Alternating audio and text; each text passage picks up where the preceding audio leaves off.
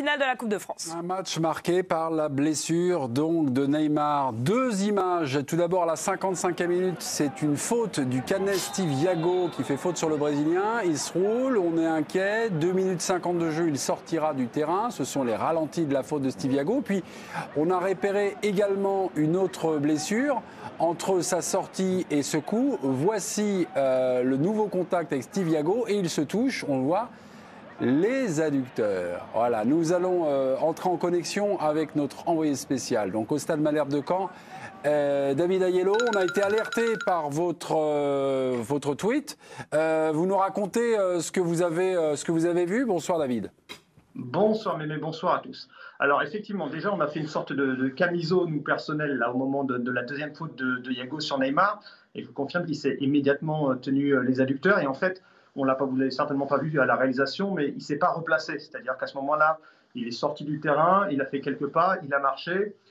Et très vite, il a fait signe au banc parisien qu'il allait devoir être remplacé. Ensuite, il a marché tranquillement. Il n'a pas fait d'ailleurs l'erreur qu'il avait fait il y a quelques mois où il était resté sur le terrain. Il avait sans doute aggravé sa blessure. Là, il a marché tranquillement. Il est allé voir Kylian Mbappé qui l'a remplacé. Ils se sont parlé très rapidement. Il a regagné les vestiaires. Donc ça, c'était ce qu'on a pu voir dans un premier temps. Ensuite, donc, on est allé se positionner tout simplement à la sortie des vestiaires.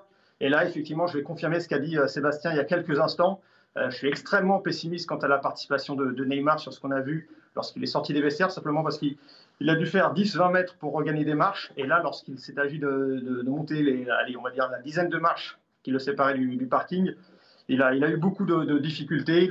Il a dû vraiment, en tout cas, il a été très très prudent. Alors, est-ce que c'était juste de la prudence ou est-ce que c'était de la douleur? Il avait quand même l'air extrêmement gêné. Donc voilà, une personne qui comme ça, arrive à peine à marcher des marches, en tout cas qui ressent une telle douleur pour marcher des marches, je ne vois vraiment pas comment dans 6 jours elle pourrait être apte à disputer un match de très haut niveau, qui plus est un match de Ligue des Champions. Donc en ce qui concerne Neymar, je pense qu'effectivement on se dirige tout droit vers un forfait, même si effectivement, là, quand on a croisé Mauricio Pochettino, il l'a bien redit en conférence de presse, qu'il fallait attendre demain les résultats en gros des IRM et des examens qui vont être pratiqués.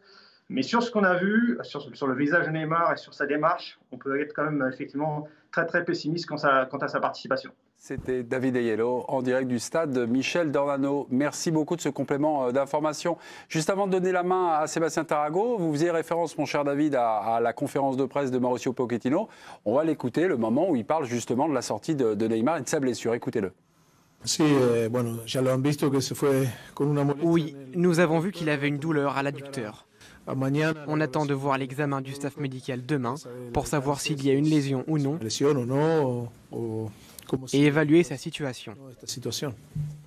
Voilà, Sébastien, juste à la pause, vous aviez quelques informations, quelques indiscrétions autour de cette blessure et finalement le sentiment du club ce soir. Non, mais tout ce que je peux vous confirmer, c'est ce que je vous disais tout à l'heure, c'est qu'au club, ce soir, on considère que Neymar est forfait et que le but désormais est de le récupérer pour le match retour. Moi, je prends toujours des précautions parce qu'il n'y a pas eu d'image qui a été faite. Ce sera fait demain, sans aucun doute. Donc, on ne sait jamais les miracles, mais la seule chose qui est une certitude, c'est pas une impression, c'est une certitude, c'est qu'au Paris Saint-Germain, ce soir, on considère qu'il est forfait.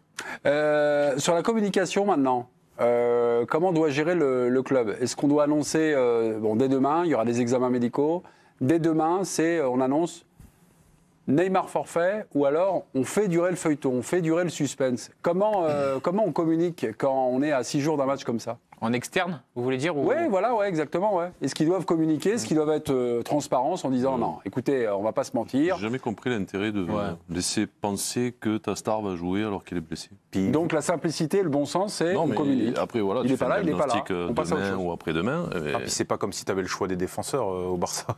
Tu mets celui qui est disponible, il joue. Donc tu peux pas tromper ton monde là. Même un mec qui va être en difficulté face à Mbappé ou Neymar, ils vont jouer.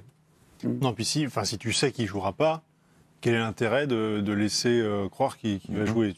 Il va y avoir un suspense alimenté que nous-mêmes on va reprendre en disant du coup dans quelles conditions ça met ceux qui vont jouer.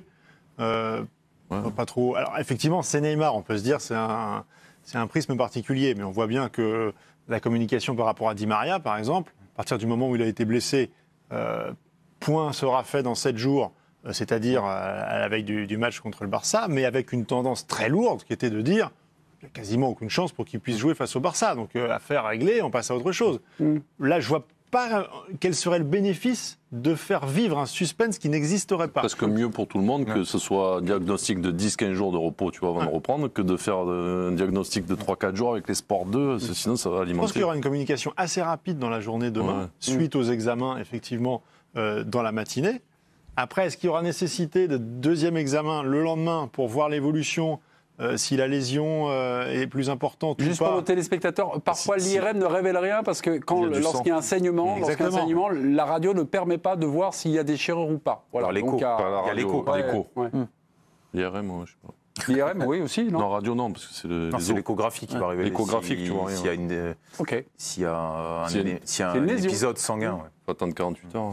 Et on revient sur la rencontre et la qualification du Paris Saint-Germain. Donc un succès grâce à un but de Moeskin. Est-ce que c'est une qualification